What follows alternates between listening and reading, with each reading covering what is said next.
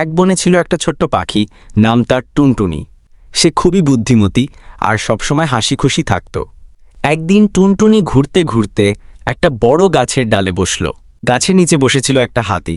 হাতিটি খুবই দুষ্ট ছিল আর সবসময় অন্যের জিনিস ধ্বংস করত। টুনটুনি গাছে বসে গাইছিল, চাঁদের আলোয় নাচি আমি, পাতার সাথে হই জামি। হাতিটি সেটা শুনে রাগান্বিত হয়ে বলল, এই পাখি, এত গান গাও কেন? চুপ করো, আমার ঘুম আসছে না। টুনটুনি মিষ্টি করে বলল, গান শুনলে মন ভালো থাকে। তুমি যদি চাও আমি তোমার জন্য একটা বিশেষ গান গাবো। হাতিটি কিছুটা শান্ত হয়ে বলল, আচ্ছা গাও, তবে সেটা মজার হতে হবে।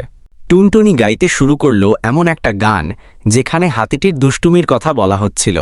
গানে গানে সে বলল, হাতি মশাই দুষ্টু ভীষণ, সব খেলনা করে ভাঙচুর, তবে বন্ধু যদি সে হতো সবার হতো জীবন মধুর। হাতি গান শুনে প্রথমে একটু রাগ করল, কিন্তু পরে সে বুঝল টুনটুনি তাকে শেখাতে চাচ্ছে ভালো বন্ধু হতে হলে দুষ্টুমি কমাতে হয়। হাতি হেসে বলল, তুমি ঠিকই বলেছ টুনটুনি, আজ থেকে আমি কারো জিনিস ভাঙব না আর ভালো বন্ধু হব। সেই থেকে টুনটুনি আর হাতি ভালো বন্ধু হয়ে গেল। বনের সব প্রাণী সুখে শান্তিতে দিন কাটাতে লাগলো।